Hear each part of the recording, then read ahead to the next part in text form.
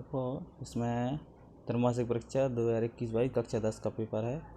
पहला क्वेश्चन है सही विकल्प। जिन अभिक्रियाओं ऊष्मा का अवशोषण होता है उन्हें क्या कहते हैं? ऊष्मा शोषी अभिक्रिया।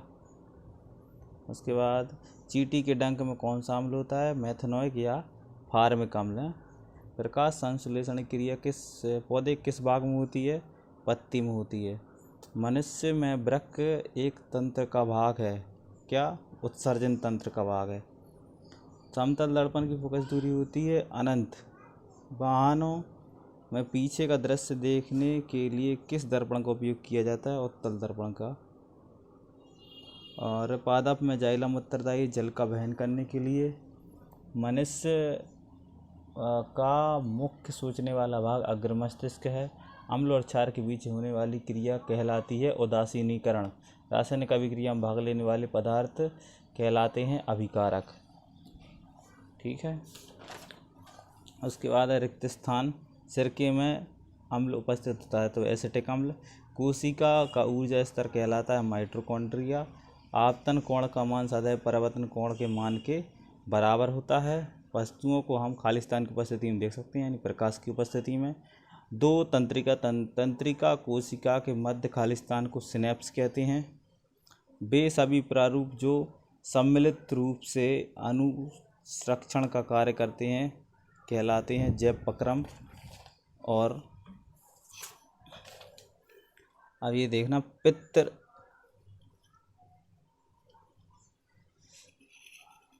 पितरस किससे होगा?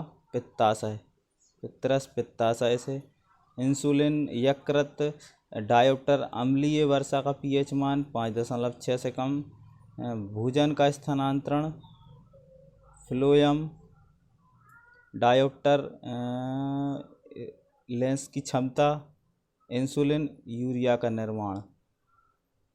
ठीक है, ये जोड़ियाँ आएंगी। उसके बाद आता है अपना एक वाक्य में उत्तर। उस वर्णक का नाम बताओ जो प्रकाश को अवशोषित करता है। क्लोरोफिल। दर्पण सूत्र लिखिए 1/f बराबर 1/μ/1/v। उस दर्पण का नाम लिखिए जो बिंब का सीधा तथा आवर्धित प्रतिबिंब बना सके। अवतल दर्पण। पीएच स्केल की परास लिखिए 0 से 14 तक होती है। H2 का योग O2 का ह्रास कहलाता है अपचयन। सत्य असत्य बताना है अब। यकृत अमोनिया के यूरिया में परिवर्तित करता है। सत्य है। धमनियों की दीवारें सिराओं से पतली होती हैं। असत्य है। न्यूटन ने प्रकाश कणिकाओं से बना माना। सत्य है। कोलीय दर्पण की फोकस दूरी उसकी वक्रता त्रिज्या की दुगनी होती है। ये सही है। भोजन में शरीर में पानी का अवशोषण बड़ी आत्म होता है। सत्य। उसके बाद आपके आते हैं क्या क्वेश्चन आंसर। छठा क्वेश्चन है वायु में जलाने से पूर्व मैग्नीशियम रिबन को साफ किया जाता है, क्यों किया जाता है? अथवा ऊष्माक्षेपी अभिक्रिया कैसे कहते हैं? ऊष्माक्षेपी अभिक्रिया वह होती है जिसमें ऊष्मा का उत्सर्जन होता है, ऊष्माक्षेपी अभिक्रिया कहलाती है। धोने का सोडा या बेकिंग सोडा के दो प्रमुख उपयोग बताइए। धोने का सोडा और बेकिंग सोडा। बेकिंग सोडा खाने में उपयोग किया जाता है। धोने का सोडा कपड़ा धोने में यूज किया जाता है। ठीक है। इसका सूत्र होता है बेकिंग सोडा का Na2CO3। इसका सूत्र होता है NaHCO3। ठीक है। आपसे जल विद्युत का चालन क्यों नहीं होता है जबकि वर्षा जल का होता है? भोजन में लार की क्या भूमिका है? भोजन में लार की भूमिका यह है कि भोजन में जो अपन लार होती है अपने मुंह से निकलती है उसमें क्या होते हैं? एंजाइम। जो एंजाइम क्या करते हैं? भोजन को पचाते हैं। इसलिए जो लार होती है उसमें जो एंजाइम पाए जाते हैं भोजन पचाने के लिए महत्वपूर्ण भूमिका निभाते हैं। श्वसन को ऊष्मा शोषी अभिक्रिया क्यों कहते हैं? श्वसन मतलब अपन सांस लेते हैं अंदर की ओर। ठीक है। उसका ऊष्माक्षेपी इसलिए कहते हैं, ऊष्माक्षेपी मतलब अवशोषण ही होता है, किसी भी ऊष्मा का अवशोषण, यानी इसलिए श्वसन में भी अपन हवा को अंदर लेते हैं तो मतलब अवशोषित ही करते हैं, इसलिए श्वसन को ऊष्माक्षेपी अभिक्रिया कहते हैं। प्रकाश के परावर्तन से आप क्या समझते हैं? नियम लिखिए। प्रकाश के परावर्तन आप जानते हैं, किसी वस्तु से प्रकाश टकराकर वापस लौट जाए उसे प्रकाश परावर्तन कहते हैं। चमकदार सतह से टकरा कर वापस लौटता है उसे परावर्तन कहते हैं। अब बर्तन किसे कहते हैं?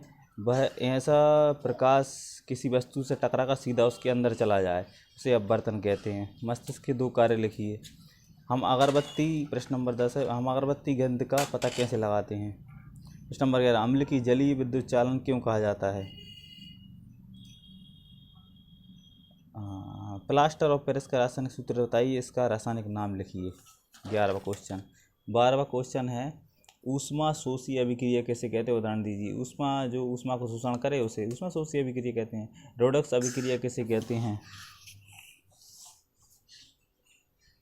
दवा की बोतल अधिकांशतः रंगीन होती है क्योंकि उस पर प्रकाश पड़ता है, तो उसके अंदर जो पदार्थ है वो उससे क्रिया न कर ले। कठोर जल को मृदु बनाने के लिए किस सोडियम आयन का उपयोग किया जाता है? ठीक है, CaOCl का प्रचलित नाम क्या है? Calcium chloride. इसको कैल्शियम क्लोराइड बोलते हैं। ये व्यंजक चूर्ण भी है।